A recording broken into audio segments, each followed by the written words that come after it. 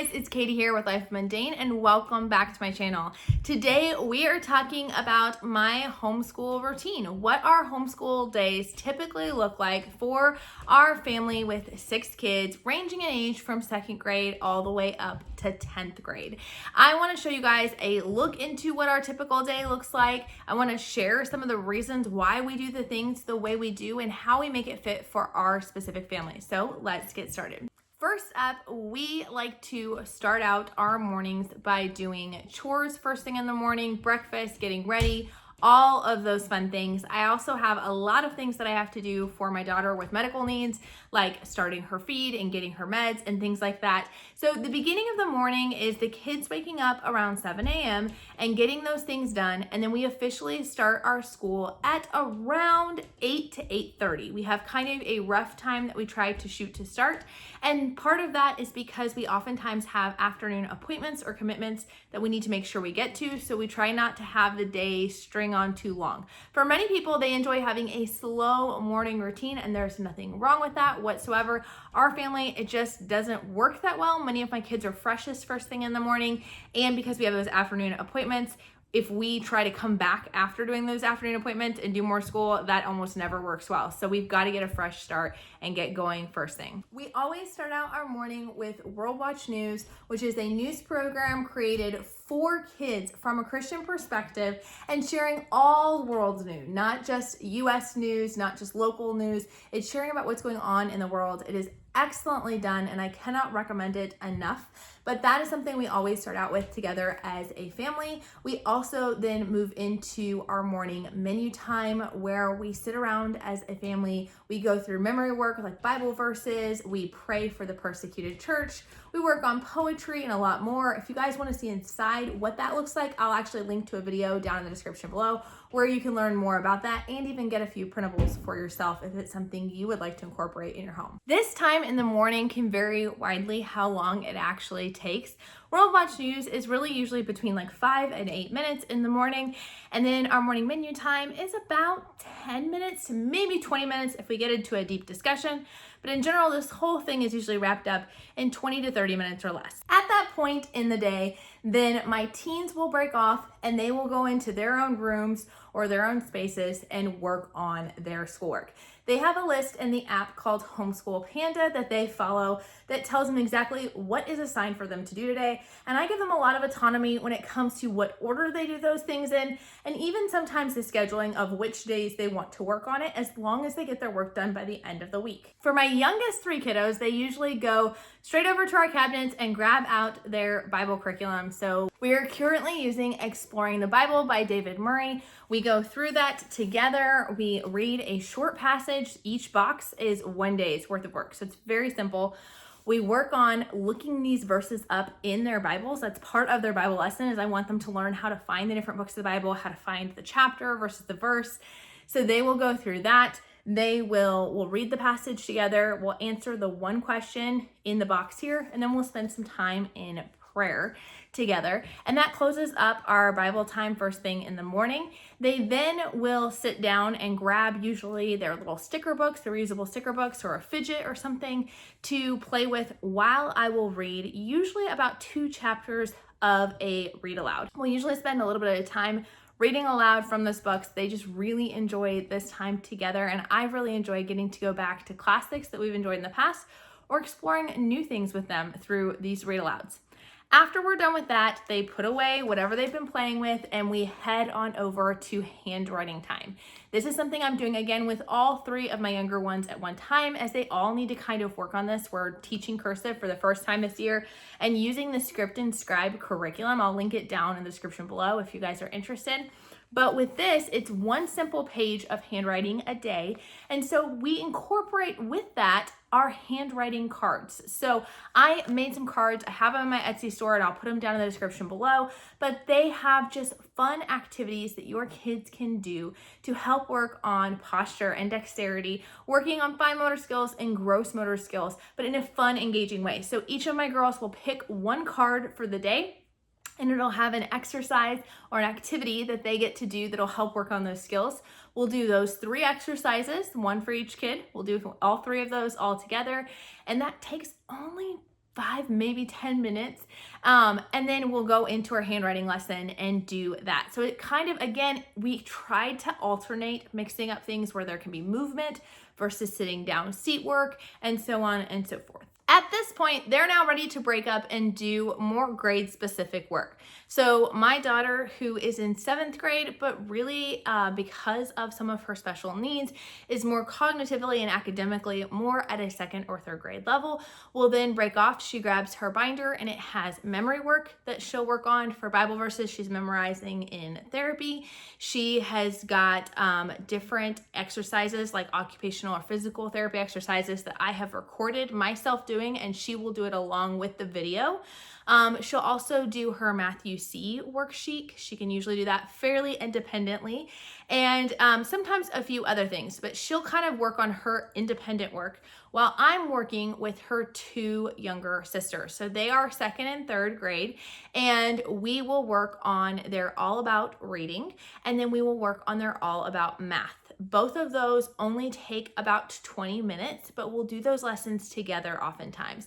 I'm planning on doing a separate video on how I'm doing both of those curriculums with 2 kids and how I kind of divide things out to make sure everybody gets enough help and enough of the attention they need, but how we're kind of working through it together. So be sure to stay tuned and subscribe if you guys want to see what that actually looks like. Once we've finished up doing all about reading and all about math, then my younger 2 will come in and do their independent work. So they actually do 2 math curriculums. Actually, all 3 of my younger kids do 2 math curriculums.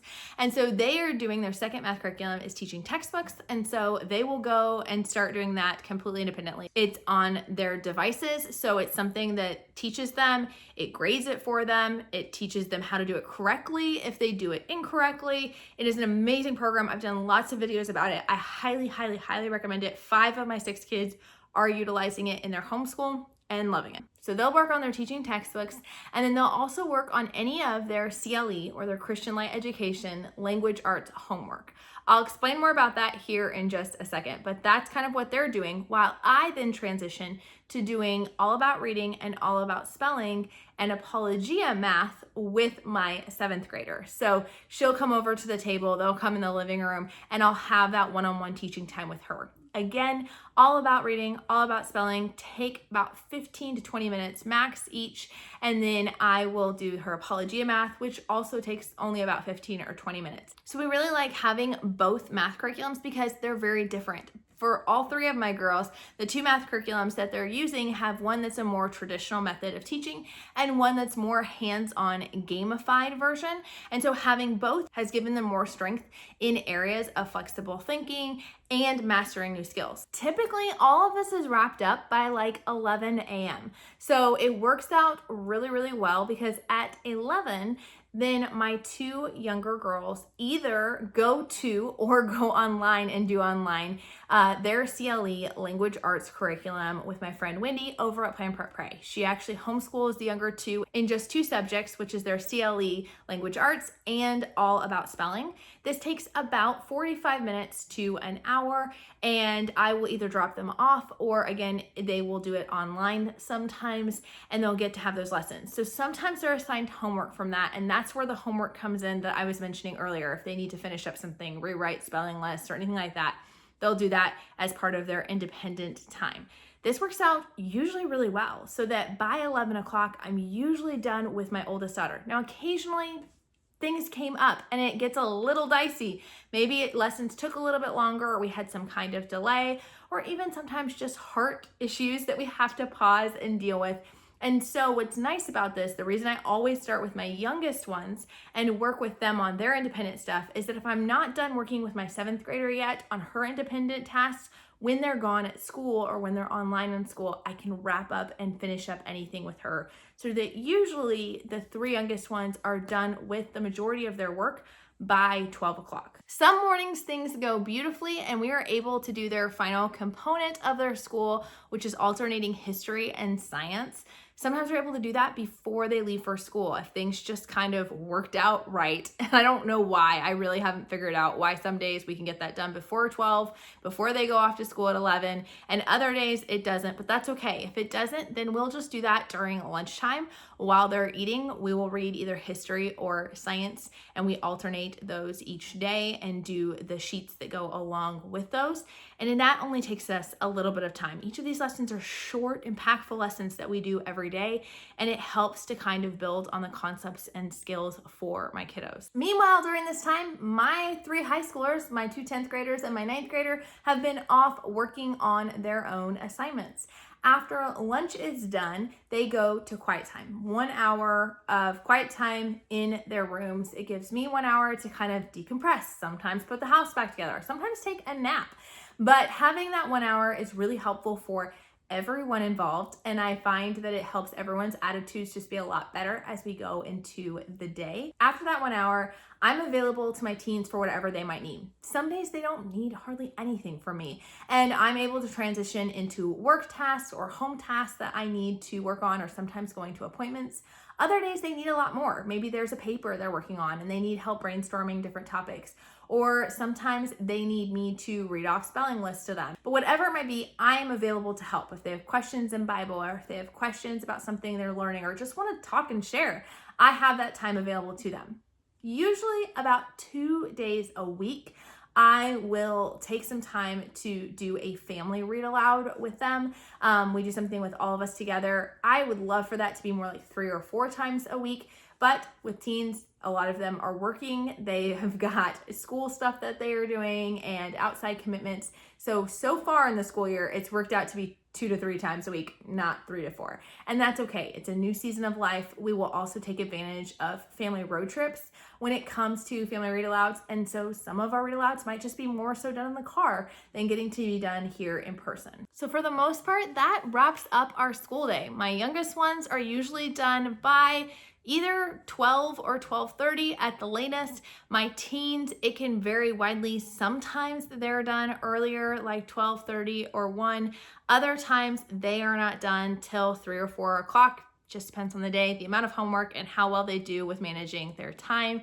But that's what our kind of typical day looks like. Now, we do have some variance to those things. So once a week, all 3 of my teens have a redefining school class. So they have a 1 hour class online with Miss Mindy from Redefining School, which is, by the way, one of their favorite classes. If you haven't checked out Redefining School, I'll leave a link down in the description below. But they do an online class where they're discussing with other kids different literature. They're working on writing assignments and things like that. My son, my oldest son, who has dyslexia as well as some other needs, meets with a tutor for an hour and a half, 2 days a week. And so those weeks he is gone for a portion of the time. Now he takes some of his schoolwork with him. So it's not like it's something that gets added onto our school day. It's just more so a different location. But because he's able to drive himself to and from there, it doesn't usually involve or change our day very much, unless for some reason we have to do like a car shuffle and I have to drop him off because I need a vehicle. And then of course, once a week, we actually have co-op. We have 2 different co-ops that we're in, but they alternate schedules. So we have a science co-op every other week where we meet with 2 other families who are doing the same Apologia science curriculum, and we do the different experiments together and activities together. The kids share something that they've learned. And then on the alternative weeks, we have a church co-op that we do. So the reason why I mentioned these variants is because we schedule according to these variants. So on Fridays, we actually schedule very, very, very little school. For my younger 3, we only schedule things they can do independently, and then they have their co-op time as their school for that day. For my teens, they can't get away with doing that, but there are things that they don't need to do on Fridays. They don't need to do like their extracurricular. So my daughter's taking a sign language course. My son is taking a music appreciation course. They can cover that on the other days of the week, leaving Fridays to be a little bit lighter to take care of that extra time that we're going to need for co-op. One of the days a week that they have those live classes, again, I try to schedule things a little bit differently. So for their Bible that they're doing this particular year, they're only doing it 3 days a week. So I make sure the 2 days they're not doing it are co-op days and the day that they have that live class. I share that just because I think sometimes we feel like every single day has to look exactly the same and we have to do every single subject every single day. That is not the case at all, especially as you get into the older years. Your kids can handle a little bit more of a gap between things, whereas in the younger years, a lot of times you're going to want to be more consistent, especially with those core things like learning how to read and math and whatnot. So that's what our days look like. If you want to know more about what it's like being a working homeschool mom and how do I actually incorporate my work element into all of this, let me know down in the comments. I'm considering making that video, but I'm not sure how many people it will actually help. So I'd love to hear if that's something you guys are interested in. And you can take a look here at our homeschool space and how we make that work for our homeschool family. Talk to you later. Bye.